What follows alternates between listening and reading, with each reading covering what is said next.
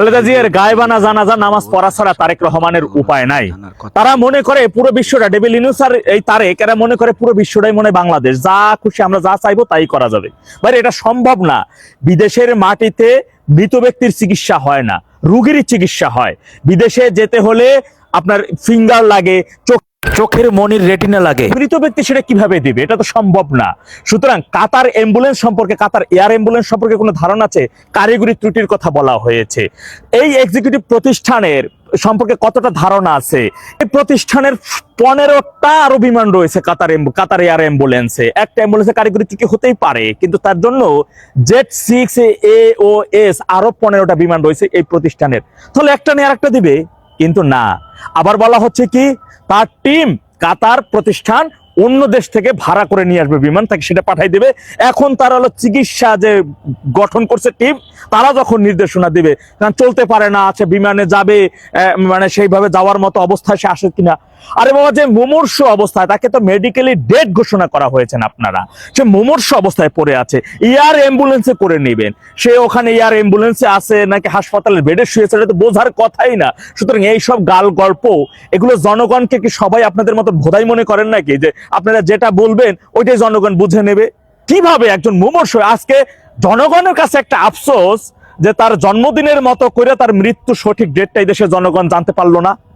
আর BNP নেতাকর্মী, এই মূর্খ নেতাকর্মীদের মানে এদের কি বোধোদয় হবে না যে তাদেরও একটা সময় মৃত্যু হবে? তাদের লাশের সাথে যদি এমন হয়, তাদের দলের জন্য তো এই তারা বলে যে খালেদা জিয়া তাদের দলের বটগাছ, ক্ষমতা, শক্তিশালী একজন নেত্রী।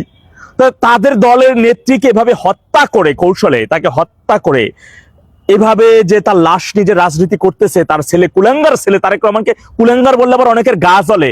আরে বাবা, তোদের ভাষাই বলি, তোদের নেত্রী যে মুমূর্ষ অবস্থায় আইসিইউতে বা সিসিইউতে তাকে রাখা হয়েছে, এই মুমূর্ষ অবস্থায় কিভাবে 67টা আসনে যে এই যে মনোনয়ন বাণিজ্য করলো তোমাদের নেতা এই কুলাঙ্গার তারেক, এটা কিভাবে সম্ভব আমরা জানি না।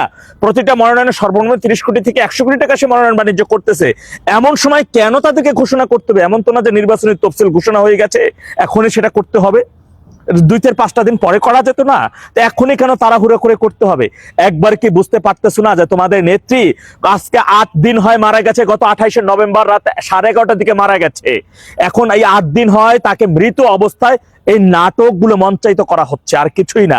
মাঝখান থেকে ডেভিল ইউনূসের একটা ডিজাইন চলছে। আগে 1-11তে ছিল -2, এখন হচ্ছে -4। একদিকে আওয়ামী লীগ সভানেত্রীকে বিদেশে রেখে তার বিরুদ্ধে মৃত্যুদণ্ড রায়, তার ছেলের বিরুদ্ধেও একটা সাজানো রায় দেওয়া। তারেক রহমানের তো কোনো মামলাই নেই, সে কেন দেশে আসতে পারতেছে না? মা মরে গেছে বা মুমূর্ষ অবস্থায়, তারপরে সে আসতে পারতেছে না, আসতে পারবে না। এটা হচ্ছে -4 একটা নাটক ডেভিল ইউনূসের অন্যদিকে। আর তোমাকে সামনে নির্বাচনী মূলা ঝুলাই রেখে এখন মায়েকে নিয়ে এই যে রাজনীতি, অপরাজনীতি করতেছে তারেক রহমান। বুঝতে হবে পুরো বিশ্বটা বাংলাদেশ না। একটা দেশে ওখানে চাইলেই কোনো মৃত ব্যক্তিকে আপনি ঢুকাই নিয়ে যাবেন এবং তার চিকিৎসার নাটক সাজাবেন, সেখান থেকে মৃত্যুর ঘোষণা দিয়ে ইত্যাদি ইত্যাদি এইগুলো করবেন। এগুলো জনগণ বুঝতে পারতেছে। আপনাদেরকে বোঝা উচিত, তারেক এই সত্যটা মেনে নেওয়া উচিত, খালেদা জিয়া অনেক আগেই মারা গেছে। আর এখন অন্ততপক্ষে তার রুহের শান্তির জন্য আপনাদের উচিত তার বিষয়ে অন্ততপক্ষে আর্জেক জানাজা করে তাকে আপনার দাফনের সম্পূর্ণটা করেন। এটা আপনাদের উচিত বলে আমি মনে করি। কিন্তু এই নাটকবাজি, এই ভেলকিবাজি, এইগুলো করি না লাশ নিয়া। মনে রাখবেন, দুনিয়াতে যেহেতু একবার আসছেন, মৃত্যু হবে। আজ না হোক কাল, আপনি আমি আমাদেরকে সবাইকেই মরতে হবে। কারোর সাথে যেন মৃত্যুর পরবর্তী সময় এই যে নোংরা রাজনীতিটা হইলো, খালেদা আজকে বলতে পারতেছে না তার সাথে কি হচ্ছে, কারণ সে মৃত, সে মারা গেছে। এই কারণে সে বলতে পারতেছে না যে তার সাথে কি হচ্ছে, সে কিছুই বলতে পারে না। তবে তিনি জীবদ্দশায় শেষ সময় তার সাথে যে অনেক খারাপ কিছু হয়েছে তার দল থেকে, এমনকি পেটে যে কুলাঙ্গার পুত্রকে জন্ম দিয়েছে, কুলাঙ্গারকে তাকে সে ভালো করে নাই, সোজা করে নাই। তো এই কারণেই সারা জীবন নিজেও লাশের রাজনীতি করছে, পোলাও লাশের রাজনীতি করছে, পেট্রোল বোমার রাজনীতি করছে।